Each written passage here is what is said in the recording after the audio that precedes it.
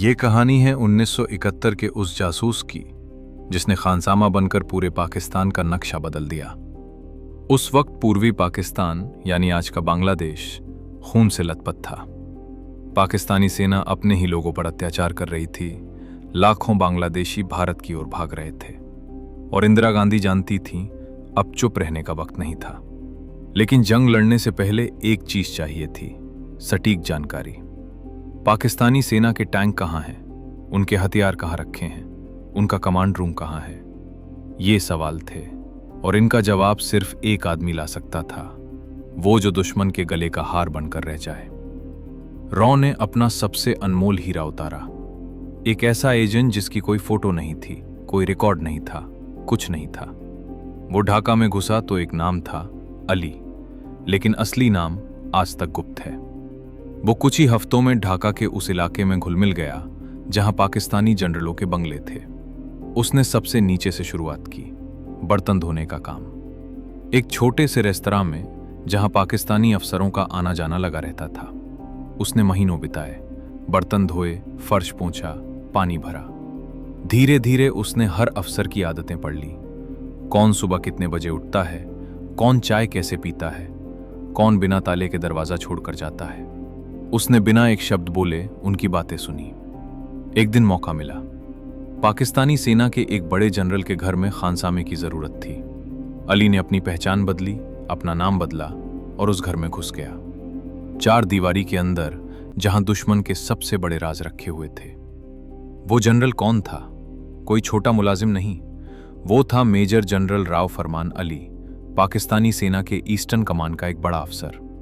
वही जनरल जिसके पास पूरे पूर्वी पाकिस्तान के सैन्य ठिकानों का नक्शा था। हर गोला बारूद का डिपो, हर हवाई पट्टी, हर टैंक रेजिमेंट की लोकेशन, सब उसी के हाथ में था। और अब ये सारी जानकारी उठानी थी उस आदमी को जो उसके घर में रोटी बनाता था, उसके कपड़े इस्त्री करता था, उसके बच्चों को खाना खिलाता था। महीने दर महीने बीतते गए। अली ने जनरल की हर हरकत पर नजर रखी।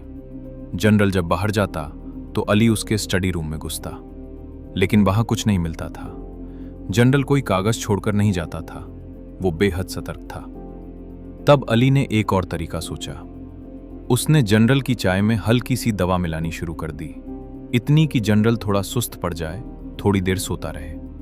और उसी दौरान अली जनरल के कमरे की तलाशी लेता। लेकिन एक रात वो पकड़ा गया। जनरल अचानक उठ गया और देखा उसका खानसामा उसकी अलमारी के पास खड़ा है। पुलिस बुलाई गई, अली को पकड़ लिया गया।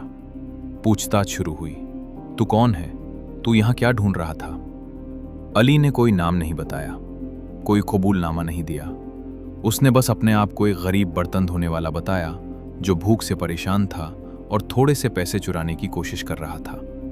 पाकिस्तानी सेना के अफसरों ने उसके कपड़े देखे, उसके हाथ देखे, खुरदरे, फटे, बर्तन धोने वाले हाथ। उन्हें लगा ये कोई मामूली चोर है। उन्होंने उसे पीटा और छोड़ दिया। बस यही था वो मौका जिसका इंतजार अली कर रहा था। अब जनरल को पूरा भरोसा हो गया था कि उसका खानसामा बेफिजूल का गरीब आदमी है। उसने सुरक्षा कम कर दी। अब वो कमरे में कागज खुला छोड़ जाता था, अपने नक्शे मेज पर रखकर चला जाता था। और एक रात, वो रात जब इतिहास बदल गया। अली ने जनरल के कमरे से वो नक्शा निकाला जिसमें पूरे पूर्वी पाकिस्तान के हर टैंक, हर गोला बारूद डिपो और हर चौकी का ब्यौरा था।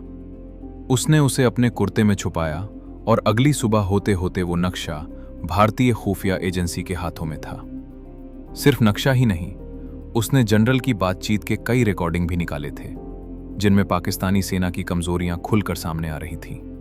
अब भारत के पास वो सब कुछ था जो जंग जीतने के लिए चाहिए था। 3 दिसंबर 1971 को भारत ने पाकिस्तान पर हमला कर दिया। भारतीय सेना ने सटीक निशाने पर हर टैंक को उड़ाया, हर गोदाम को नष्ट किया, हर कमांड सेंटर को ढहा दिया। पाकिस्तानी सेना को पता भी नहीं चला कि उनका सब कुछ उजागर हो चुका था। 16 दिसंबर 1971 ढाका के रेसकोर्स मैदान में 93,000 पाकिस्तानी सैनिकों ने हथियार डाल दिए। ये इतिहास का सबसे बड़ा सरेंडर था। जनरल नियाजी ने जनरल जगजीत सिंह अरोड़ा के सामने घुटने टेक दिए और उसी मैदान के किनारे एक मामूली सा आदमी खड़ा था जिसे कोई पहचान नहीं रहा था। वही अली, वही खानसामा, वही बर्तन धोने वाला, वहीं खड़ा था जिसकी वजह से आज ये मैदान अपने दुश्मनों की नाकामी का गवाह बन रहा था। एक जनरल ने बाद में कहा था, एक बर्तन धोने वाले ने हमारी सेना का पेट ढा दिया। लेकिन यहां कहानी खत्म नहीं होती। उस जासूस का क्या हुआ? वो ढाका में नहीं रुका, उसे भारत वापस बुलाया गया, चुपके से, बिना किसी सम्मान के, बिना किसी मेडल के। उसकी पहचान आज तक गुप्त रखी गई। उसने अपने परिवार को भी नहीं बताया कि वो कौन था, क्योंकि उसकी जान अब भी खतरे में थी। आईएसआई ने उसे ढूंढने की कसम खा रखी थी। वो आदमी अपने आखिरी दिनों तक एक साधारण जिंदगी जीता रहा, बिना किसी फिल्मी गीत संगीत के, बिना किसी परेड के। जब वो मरा तो उसकी डायरी मिली। उस पर लिखा था, मैंने अपना देश के लिए काम किया। कोई मुझे पहचाने या ना पहचाने, पर मुझे पता है कि 93,000 दुश्मन मेरी वजह से झुके थे। दोस्तों, ये कहानी है उस जासूस की जिसकी कोई फोटो नहीं, जिसकी कोई कब्र नहीं, जिसके परिवार को भी हीरो था या नहीं, लेकिन इतिहास के पन्नों में वो आज भी जिंदा है। एक बर्तन धोने वाले के रूप में जिसने पूरी पाकिस्तानी सेना को घुटनों पर ला दिया। अगर आपको हमारी ये कहानी पसंद आई हो तो इसे एक लाइक जरूर करें और कमेंट करके बताएं कि अगली कहानी आप किस स्पाई, किस जासूस या किस युद्ध पर सुनना चाहेंगे। जय हिंद।